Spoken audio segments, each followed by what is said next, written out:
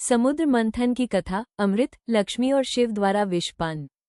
हिंदू धर्मग्रंथों में वर्णित समुद्र मंथन की कथा अत्यंत अद्भुत, गूढ़ और शिक्षाप्रद है। ये कथा केवल एक पौराणिक प्रसंग नहीं, बल्कि जीवन के गहरे सत्य और संदेशों को समेटे हुए है। कथा की शुरुआत उस समय से होती है जब देवताओं और असुरों के बीच निरंतर संघर्ष चला। लंबे युद्ध में असुर विजयी हुए और देवता पराजित होकर दुर्बल हो गए। वे अपने बल, तेज और उत्साह को खो चुके थे। असुरों की शक्ति इतनी बढ़ गई कि उन्होंने तीनों लोकों पर अधिकार जमा लिया। देवगण अत्यंत चिंतित होकर ब्रह्माजी और फिर भगवान विष्णु की शरण में पहुंचे। भगवान विष्णु ने उन्हें उपाय बताया कि क्षीरसागर का मंथन किया जाए। उस मंथन से अमृत निकलेगा और जो भी अमृत पान करेगा वो अमर और शक्तिशाली हो जाएगा।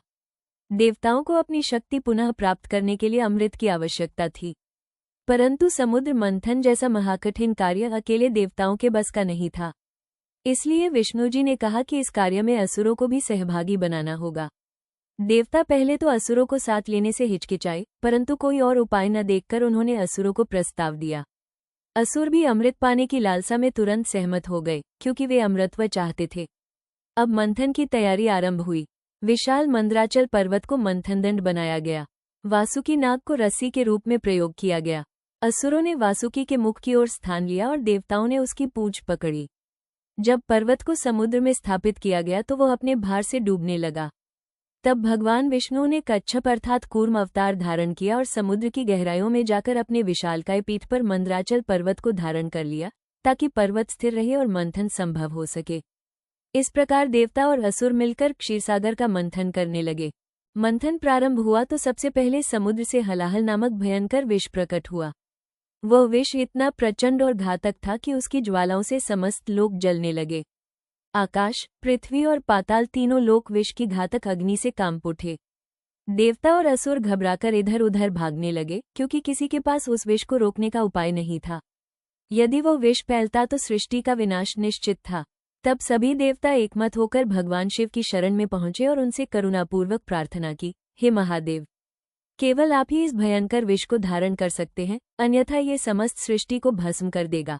करुणामय शिव ने सभी जीवों की रक्षा के लिए उस विष को अपने कर में लिया और प्राणियों के हित में उसे पी लिया।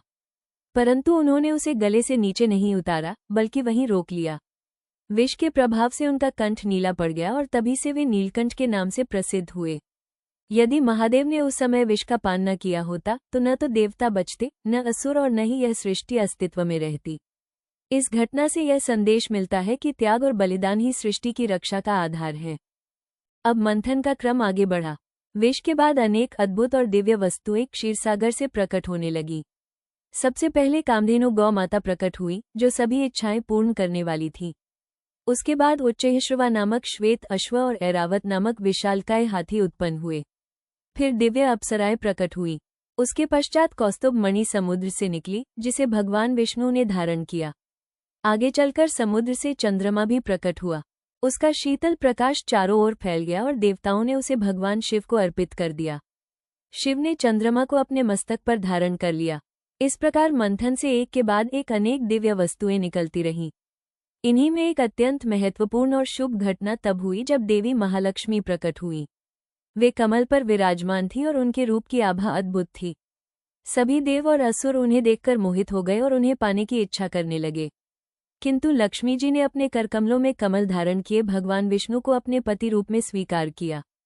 तभी से लक्ष्मी जी विष्णु भगवान की अर्धांगिनी बनी और ऐश्वर्य, सौंदर्य, समृद्धि और शुभ फल की अधिष्ठात्री देवी मानी गई। मंथन की प्रक्रिया आगे बढ़ी और अंततः वो क्षण आया जब क्षीरसागर से अमृत कलश प्रकट हुआ। ये देखकर देवता और असुर दोनों ही अत्यधिक उत्साहित हो उठे, परंतु साथ ही उनके बीच अमृत प्राप्त करने की स्पर्धा और संघर्ष आरंभ हो गया। दोनों पक्षों में छीना झपटी होने लगी। अमृत के बिना कोई भी पक्ष संतुष्ट नहीं हो सकता था। स्थिति गंभीर देखकर भगवान विष्णु ने उपाय किया। उन्होंने मोहिनी रूप धारण किया। उनका रूप इतना मोहक और आकर्षक था कि असुर उनकी सुंदरता और माधुर्य में मोहित हो गए और अपने अधिकार का त्याग कर बैठे। मोहिनी स्वरूपिणी विष्णु ने चतुराई से अमृत देवताओं को पिला दिया। इस प्रकार देवता पुनः शक्तिशाली और अमर हो गए, जबकि असुर अमृत से वंचित रह गए और दुर्बल बने रहे। इस प्रकार समुद्र मंथन की पूरी प्रक्रिया संपन्न हुई। ये कथा केवल अमृत प्राप्ति की गाथा नहीं है, बल्कि इसमें गहन दार्शनिक संदेश छिपा हुआ है। मंथन ये बताता है कि जीवन में जब तक संघर्ष और परिश्रम नहीं होगा तब तक सफलता और अमृत समान फल प्राप्त नहीं हो सकता। हलाहल विष का प्रकट होना इस तथ्य का प्रतीक है कि हर प्रयास में कठिनाइयां और बाधाएं अवश्य आती हैं, परंतु उनका समाधान त्याग और बलिदान से ही संभव है, जैसा कि शिव ने विषपान करके सृष्टि की रक्षा की। लक्ष्मी जी का प्राकट्य ये संदेश देता है कि समृद्धि और ऐश्वर्य सदैव धर्म और सत्य के मार्ग पर चलने वालों को ही प्राप्त होते हैं। अमृत की प्राप्ति अंततः ये सिखाती है कि धैर्य, सहयोग और बुद्धिमत्ता से ही कठिन से कठिन कार्य पूरे किए जा सकते हैं। देवताओं और असुरों का एक साथ मिलकर मंथन करना इस बात का प्रतीक है कि कभी कभी विपरीत शक्तियों का भी सहयोग आवश्यक होता है। भगवान विष्णु का मोहिनी रूप हमें ये सिखाता है कि बुद्धि और विवेक से ही शत्रु को परास्त किया जा सकता है। अतः समुद्र मंथन की कथा हमें ये बताती है कि संसार में सुख दुख, विष अमृत, लाभ हानि सभी एक साथ जुड़े हुए हैं। जो व्यक्ति धैर्य और परिश्रम करता है, जो दूसरों के लिए त्याग करता है, वही जीवन का वास्तविक अमृत पाता है। महादेव का त्याग, विष्णु का विवेक और लक्ष्मी जी का प्राकट्य, ये सब मिलकर यह सिद्ध करते हैं कि धर्म, बलिदान, सत्य और धैर्य से ही मनुष्य को जीवन में विजय और समृद्धि मिलती है। यही कारण है कि समुद्र मंथन की यह कथा युगों से सुनाई जाती रही है और आज भी उतनी ही प्रासंगिक है। ऐसी ही अनसुनी कथाएं सुनने के लिए हमारे चैनल को फॉलो करें, लाइक करें और सब्सक्राइब करना न भूलें। साथ ही बेल आइकन दबाकर नोटिफिकेशन ऑन कर लें ताकि हमारे नए वीडियो आप तक सबसे पहले पहुंचे।